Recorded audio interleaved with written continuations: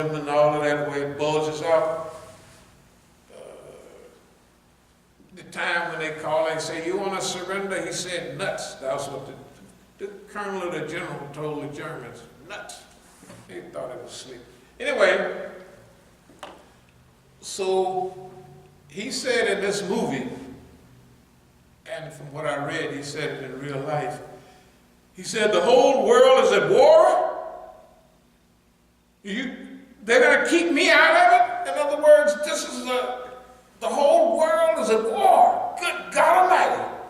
Y'all ain't keeping me out. If he was thinking I'd just start my own personal war. You ain't keeping me out of this. Then they had a special task. They needed somebody to make an end run around all the hedgerows and what have you in Germany. And they gave him the job. And he was talking to Omar Bradley. He said, man, by that time Omar Bradley was a 4-star general, and he used to be a 2-star general under him. He said, if you just give me a break, I would do this. I'd get on my knees to you. I'd do all of that. He said, well, this is what we got. And then he told him, he says, I thought of this 4 months ago. You know, Eisenhower, they had him there for a reason, where he just had to get out and go. And it worked.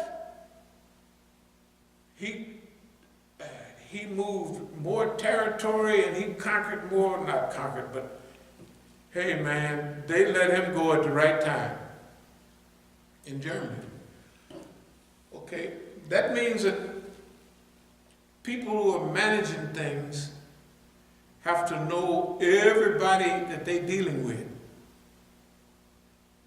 They have to know. So I gave myself the title of Supreme Allied Commander. That means control of all Allied forces, only because nobody's fighting with us, so it ain't hard to, right, tell the truth. It ain't nobody wants this job.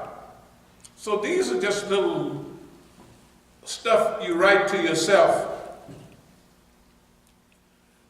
But you know what? I'm tired of being right, personally. Have you noticed the consistency of being correct on analysis?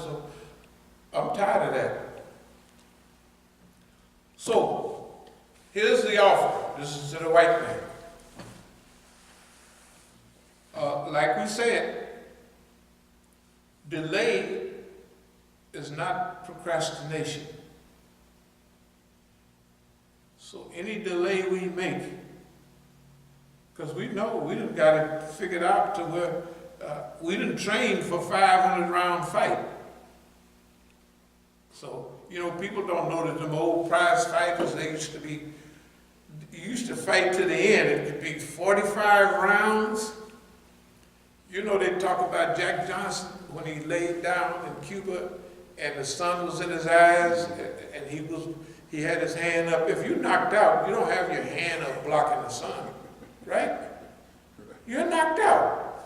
So it was time for him to lay down in the 26th round. Can you imagine people now fighting 26 rounds? 26 3-minute rounds. They might have been 2 or 4-ounce gloves. They had just stopped bare knuckle fighting. So they had on, good God Almighty, brass knuckles almost brass knuckles, some little old gloves. You ever see them? I said, good God Almighty. The point is this. No, it's serious. That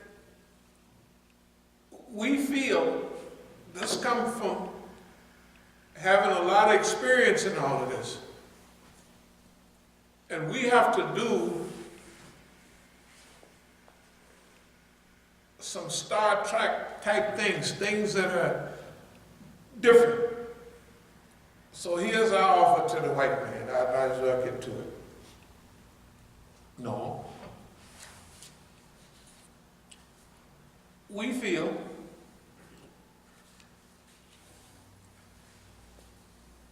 our offer is this. You know, we can tell they want us to run back to Oakland as quick as we can, and we stall it. Going off when we ain't ready. Because we're afraid? Absolutely not. Who's afraid of them dummies, those people? So, we have literally, I would almost say, passed every test in the book. You know, for honesty, sincerity, and all of that type of thing. You know, Allah gives you certain gifts, and people, no matter how peace-loving we talk, like this right here, it don't sound like peace-loving. It sounds militant. Because it's me saying it. So that's just the way Allah made a person. Now, I've always been like this. You know, in the old cowboy movies, you tell a guy, meet me at sundown outside of town. That's the way I am with white folks. All of us. Y'all don't like it? Meet me outside town at sundown. I did it in prison. I've always done that. I don't know why, but I just haven't been afraid of white folks. No matter how many of them it is, I just have not been afraid of white folks. Now, my behavior has proved that that's the way I am. Year in, year out, over and over again. So I'm making a statement to the system. If they take it, fine. If they don't, we'll just keep right on rolling.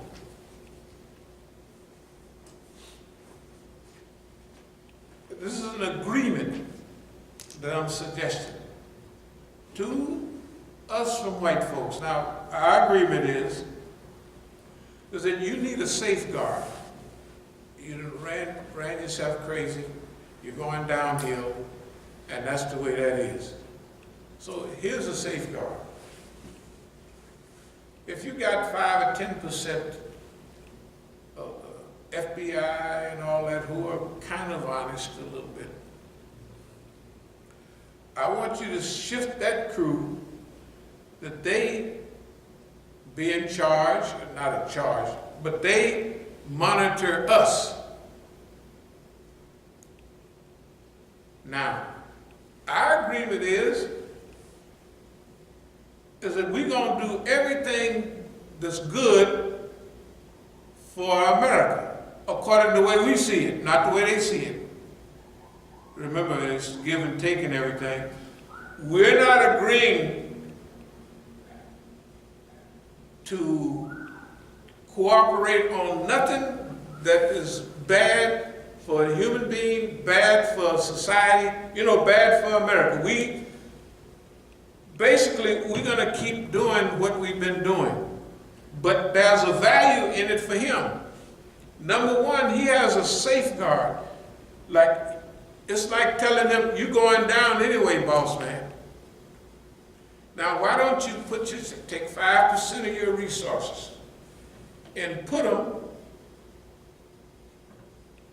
over here, and all you do is monitor us. They monitor us all the time, right? That's all they do. So here's the safeguard. The safeguard is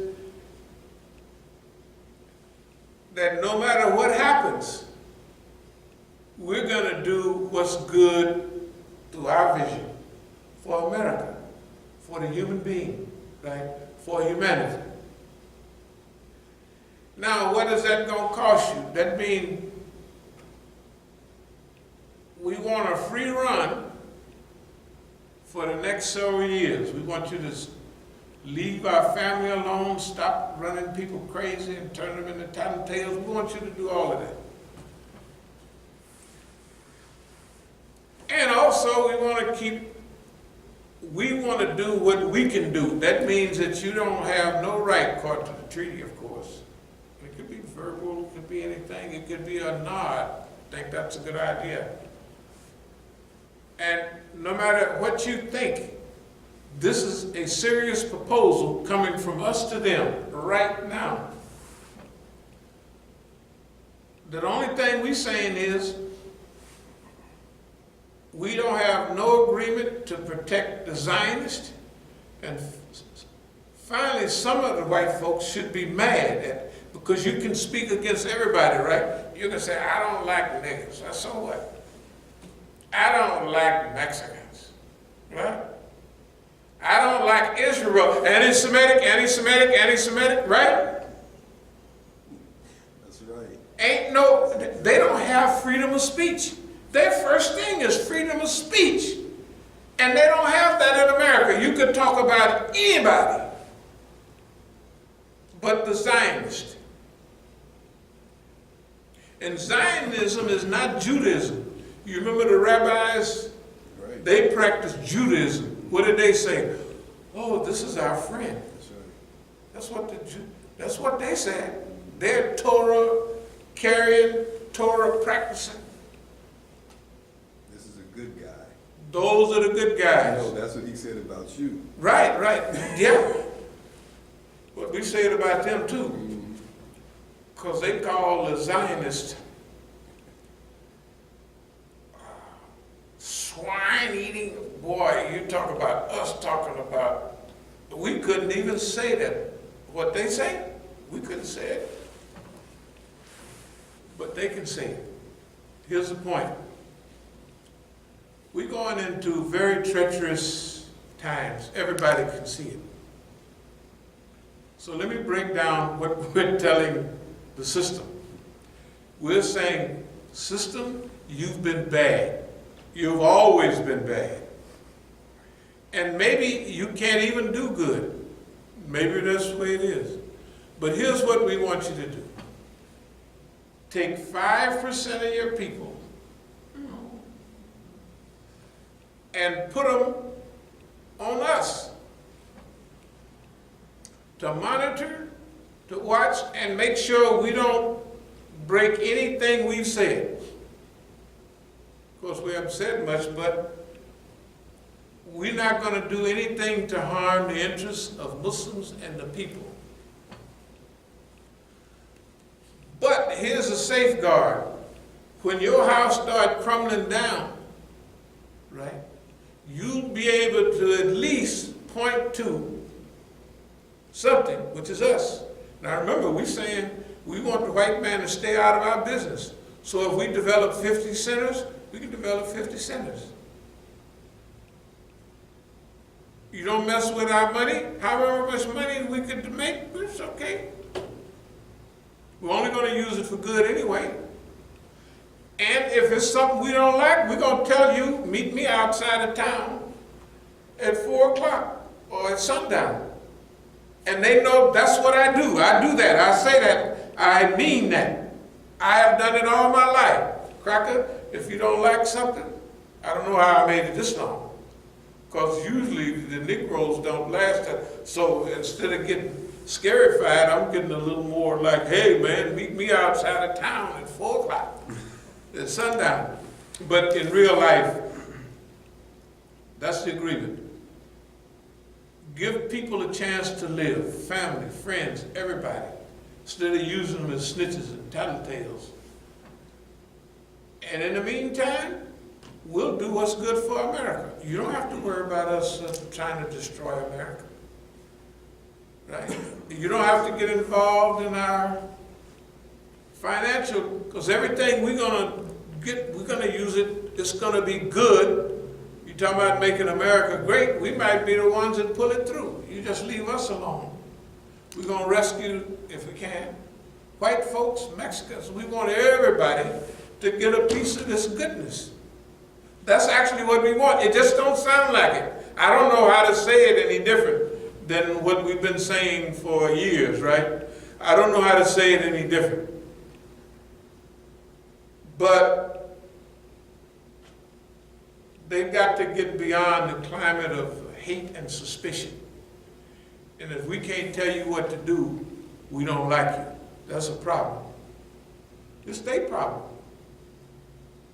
Because they got that problem, they use that with each and everybody. Well, that's good at sometimes, only hiring people that want to go your way and they do what you tell them.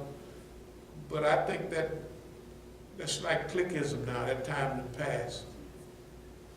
And what we're counting on is that I've always believed that 10% of the system, at least 10%, is good. So 1 in every 10 FBI agents would rather be fishing and doing. Some of them, they don't like, they kick people's doors in and they say, we're like stormtroopers. You know what they feel? They feel like this is the people we saw on TV, the Nazis and other people. That's the way they feel. I know, I've been in the prison, so I can tell how they feel a little bit. Because you know, you're always throwing out stuff here and there, and they don't know where you're coming from because they don't know the old time Negroes. But you find out, I've always used that for over 30 years, that I think that at least 10% of the people, the system, would rather not be doing what they're doing. The whole thing, the court system, 10% of the judges would rather just let you go, but he got his guideline. You know, it's just a standard percentage. It could be more, it could be less. That's my feeling about their stormtroopers, the FBI and all of them. Those are the people I'm reaching out to, and they should reach out to their boss people to tell them, boss man, that Negro got a pretty good idea. Why don't we try it? We can't lose nothing. It's only 5% of the people that he mentioned it, you know. And we monitor, just monitor. If the nigga don't live up to the agreement, we just shoot him. They shot the, what was it, General? They said he had a car accident. Patton. After he did all that, he was talking on the phone, we might as well get these Russians now while we got them right here. He was crazy, of course, because the Americans